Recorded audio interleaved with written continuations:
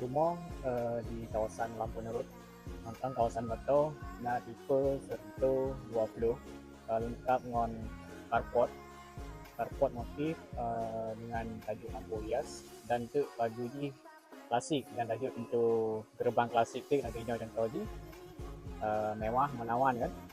Jadi dalam beriki boleh lihat di beriki tipe 120 harga montong kisaran 1M-an, 1M lebih basyuk. Itu untuk kita kondisikan rumah.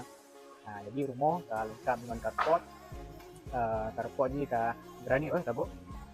Tinggi rumah lumayan pun ada tangga dengan tajuk taman mesin air, mesin sanyo kan. Di background rumah kan tinggi kan. Jadi anda boleh suah rio ke banjir kan. Jadi anda boleh rio ke banjir awak drone memang rumah tinggi dah begitu. Lebih kurang tinggi 1,50 meter dari jalan. Dia tak khawatir dari view rumah klasik yang paling megah di kawasannya, tipe 120. Nah tajuk put boh sama tidur dengan put boh sama mano.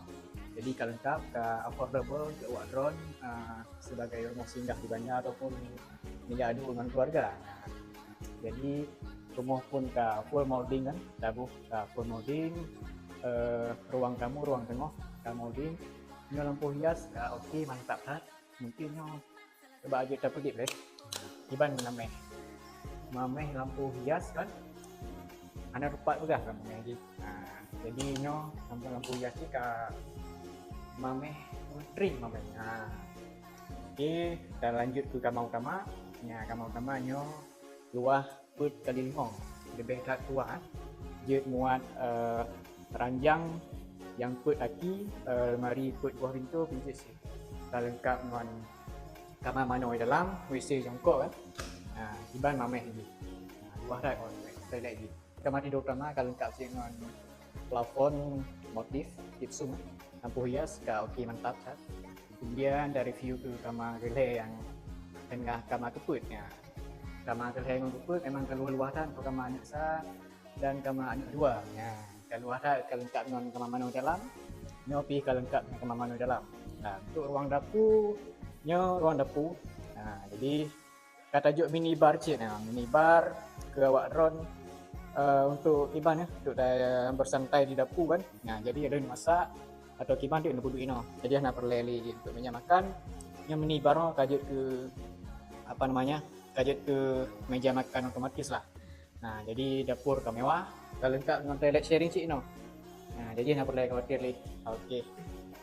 Toilet sharing iban mantap mameh menggoda kan.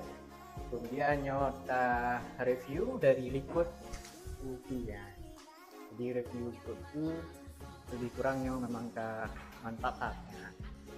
Iban kita talon. Kemudian untuk rumah proses bisa ada cash, kita kredit kan.